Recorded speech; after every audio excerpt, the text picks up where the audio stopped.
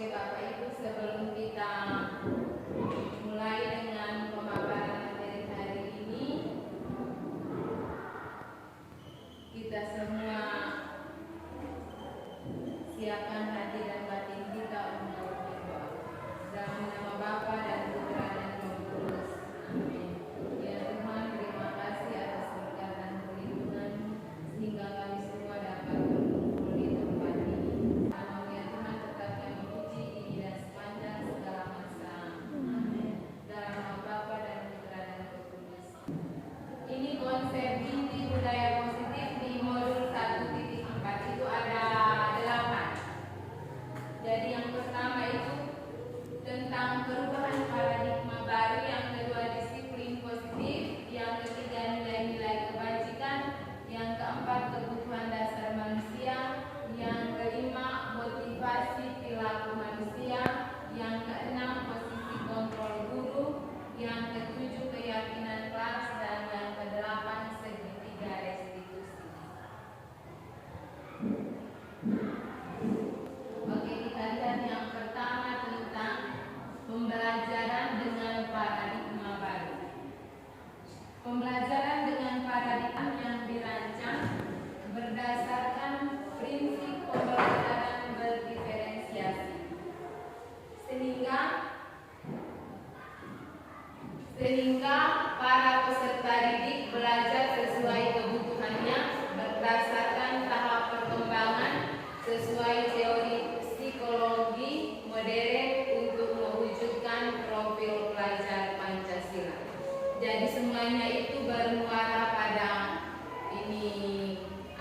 tujuan terakhirnya itu pada profil pelajar Pancasila. Oke, yang berikut kita lihat miskonsepsi tentang teori konsep. Yang pertama itu ilusi guru mengontrol siswa. Jadi pada dasarnya kita tidak dapat memaksa murid untuk berbuat sesuatu jika murid tersebut memilih untuk tidak melakukannya. Walaupun tampaknya guru sedang mengontrol perilaku murid. Hal demikian terjadi karena murid sedang mengizinkan dirinya dikontrol.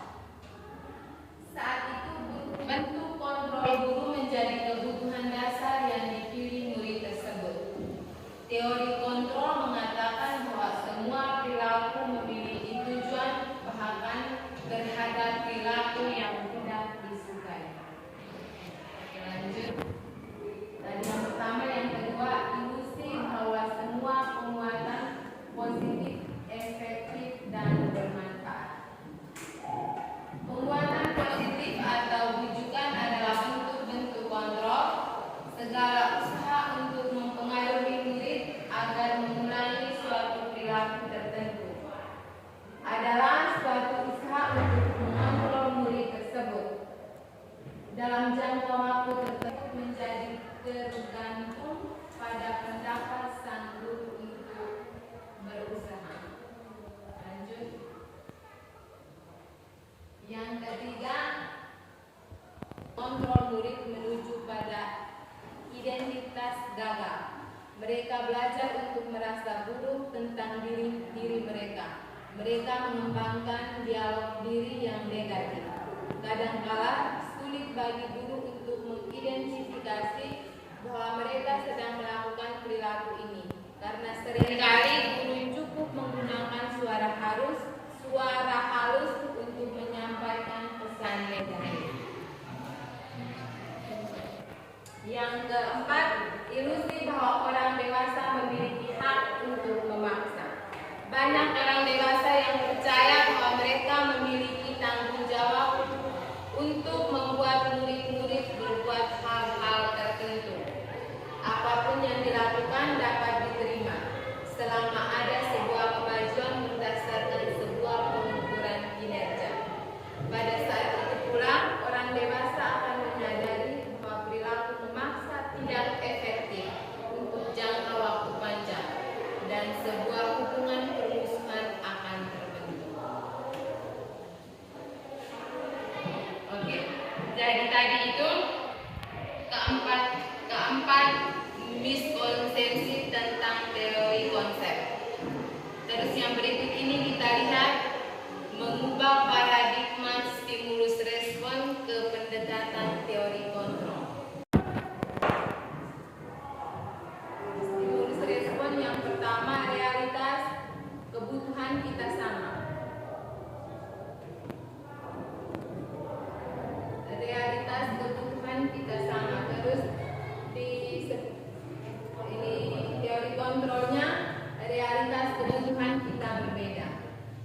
kedua, stimulus responnya semua orang melakukan hal yang sama.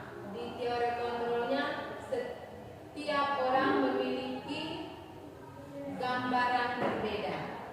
Terus yang ketiga, di stimulus respon kita mencoba mengubah orang agar berpandangan sama dengan kita.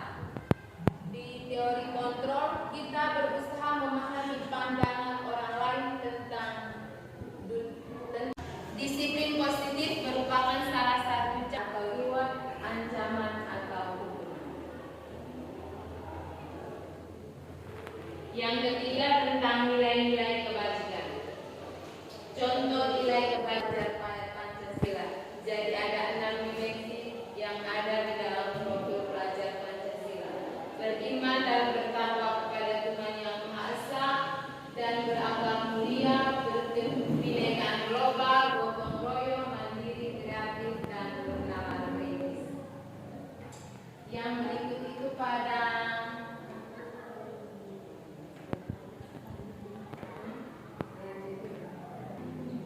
yang keempat, kebutuhan dasar manusia.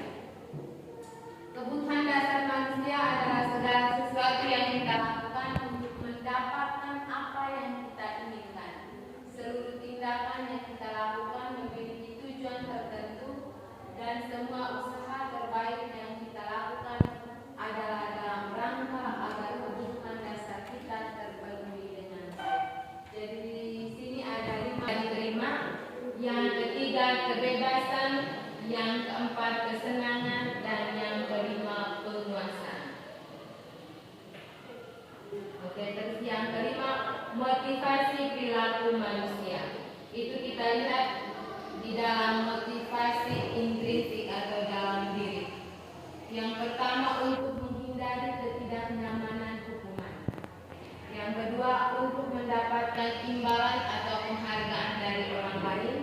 Dan yang ketiga untuk menjadi orang yang mereka inginkan dan menghargai diri sendiri dengan nilai-nilai yang mereka yakini.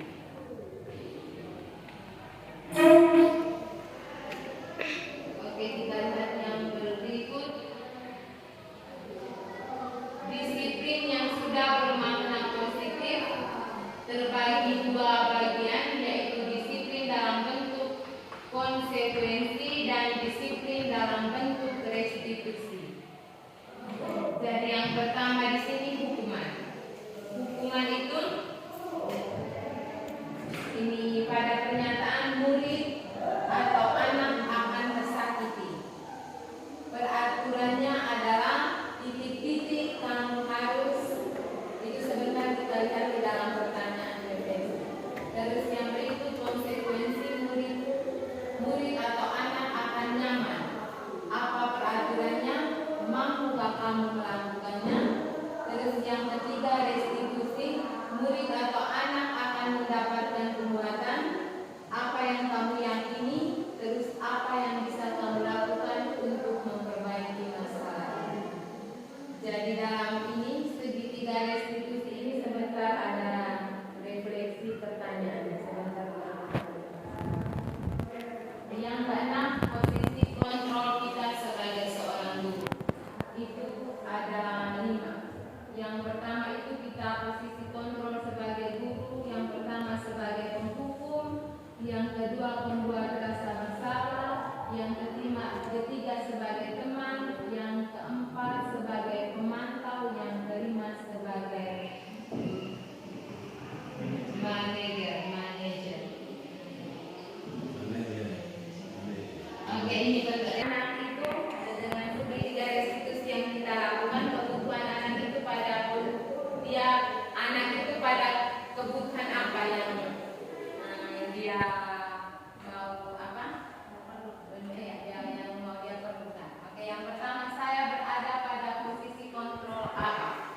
Saya kecewa sekali dengan kamu. Pernyataan itu saya berada pada posisi kontrol kita sebagai guru. Itu kita di posisi kontrol sebagai guru ada 5 ini. Jadi yang di pertanyaan refleksi 1 tadi, saya berada pada posisi kontrol apa itu? Saya kecewa sekali dengan kamu. Oke, membuat merasa bersalah. Yang berikut, kamu tidak pernah benar melakukannya.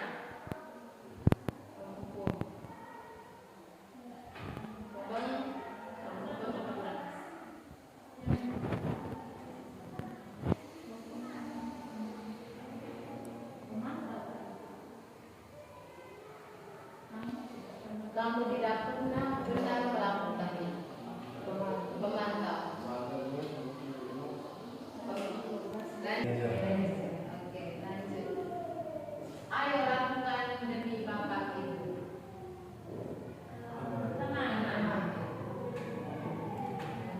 Kamu tidak akan mendapat nilai jika tidak mengerjakan tugas ini. Pemantau ya.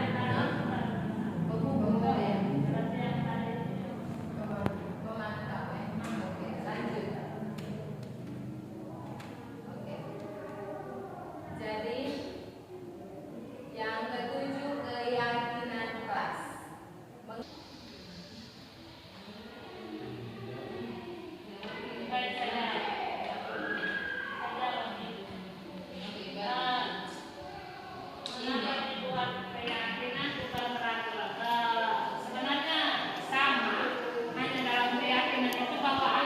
Kemudian ketika mereka melanggarnya, mereka sudah mengetahui konsekuensi.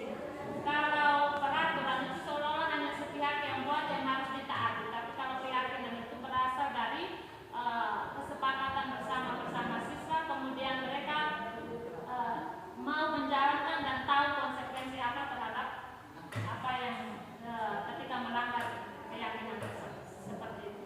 Oke, terima kasih. Baik, kalau menurut saya kata dari dalam, kalau peraturan itu kan seperti yang Bapak sampaikan tadi, bahwa itu seolah-olah mengikat dan itu hanya sepihak. Misalnya guru membuat sebuah aturan bahwa siswa harus begini. Dan satu lagi yang harus diingat bahwa dalam membuat keyakinan dan kesepakatan itu kita tidak menggunakan kalimat-kalimat negatif, misalnya harus, wajib, seperti itu. Ini saya sampaikan. Oke, terima kasih. Atau kelas. Keyakinan kelas bersifat lebih abstrak daripada peraturan. Yang kedua, keyakinan kelas berupa pertanyaan-pertanyaan universal. Terus yang ketiga, pernyataan keyakinan kelas senantiasa dibuat dalam bentuk positif. Yang keempat, keyakinan kelas hendaknya mudah diingat dan dipahami oleh semua warga kelas.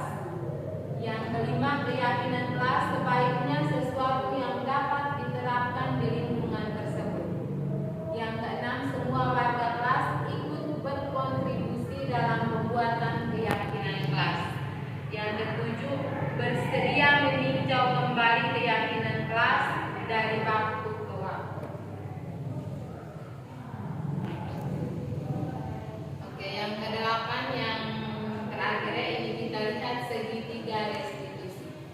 Segitiga restitusi adalah suatu proses dialog yang dijalankan guru atau orang tua agar dapat menghasilkan murid yang mandiri dan bertanggung jawab. Jadi di segitiga restitusi ini ada tiga, yaitu yang pertama menstabilkan identitas, yang kedua validasi tindakan yang salah, dan ketiga itu menanyakan keyakinan.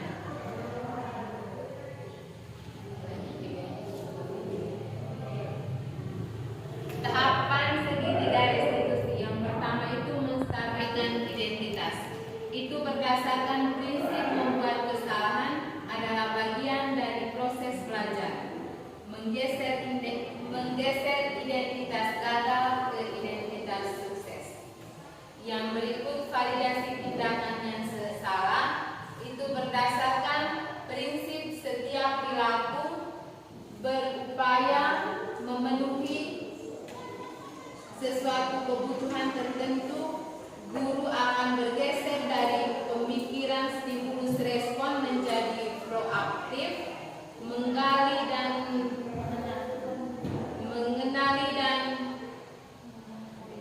mengenali dan mengakui kebutuhan murid akan memperbaiki hubungan dengan murid.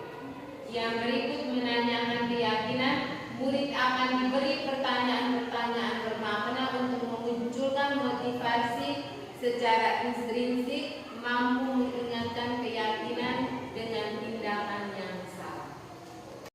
Siswa ini permasalahannya itu anak ini atau siswa ini sering datang terlambat ke sekolah. Terus saya memanggil siswa ini dan kami melakukan pendekatan dengan pendekatan segitiga restitusi. Dalam pendekatan segitiga restitusi itu kami melewati langkah-langkah dalam pendekatan restitusi tersebut, yaitu yang pertama menstabilkan identitas, yang kedua validasi tindakan yang salah, dan yang ketiga itu menanyakan keyakinan. Dalam proses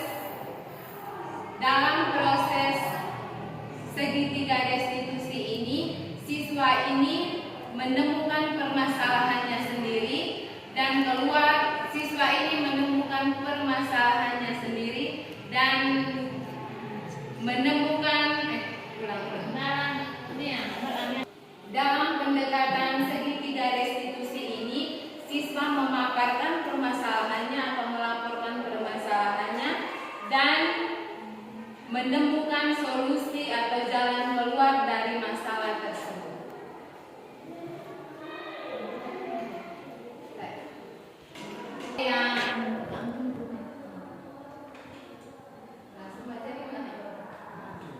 Dalam penerapan program disiplin positif, hendaknya guru memiliki standar kepribadian, profesional dan sosial yang baik, di mana guru mampu merefleksikan diri dalam posisi kontrol saat ini. Bagaimana perjalanan dirinya sebagai among atau manager yang oke, sekian kan. Aku ini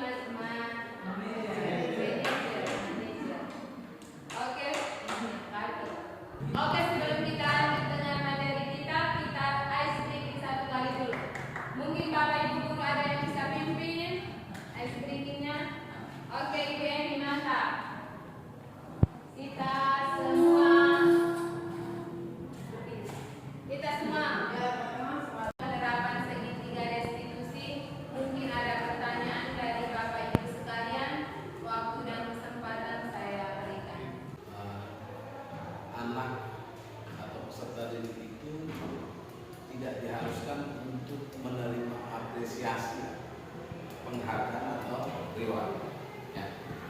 Maka pada kesempatan ini saya ingin tahu lebih lanjut kira-kira mengapa sehingga hal itu tidak diperbolehkan, sedangkan pada kenyataan tidak sedikit anak senang dengan penghargaan itu, karena dengan menerima penghargaan kemungkinan besar rasa percaya dirinya itu bisa tumbuh menjadi lebih baik. Hanya itu saja saya kemarin. Saya menjawab, mungkin ada teman-teman yang bisa membantu menjawab pertanyaan dari Pak Martin tadi. Oke, Ibu Ati, kesempatan saya berikan. Itu sih Kak, setiap hal yang anak lakukan itu dari motivasi dalam dirinya, bukan atas dasar reward atau karena hukuman, takut terhadap hukuman atau takut terhadap iming-iming apa begitu. Jadi atas untuk bagaimana membangun motivasi dari si anak, kesadaran dalam diri anak. Gitu. Kemudian anak meyakini bahwa itu baik, anak meyakini itu baik bukan karena suatu imbalan atau suatu dorongan atau rasa takut terhadap sesuatu. Motivasi terbesar itu dari dalam. Maka semuanya itu dimulai dari diri. Maka ketika anak melakukan sesuatu yang baik, dia tidak mengharapkan imbalan dalam bentuk apa, baik imbalan atau apa. Kembali lagi kepada motivasi yang ada di dalam dirinya tadi. Kalau misalnya dikasih apresiasi, oke. Diberikan penghargaan, oke. Itu merupakan motivasi ekstra.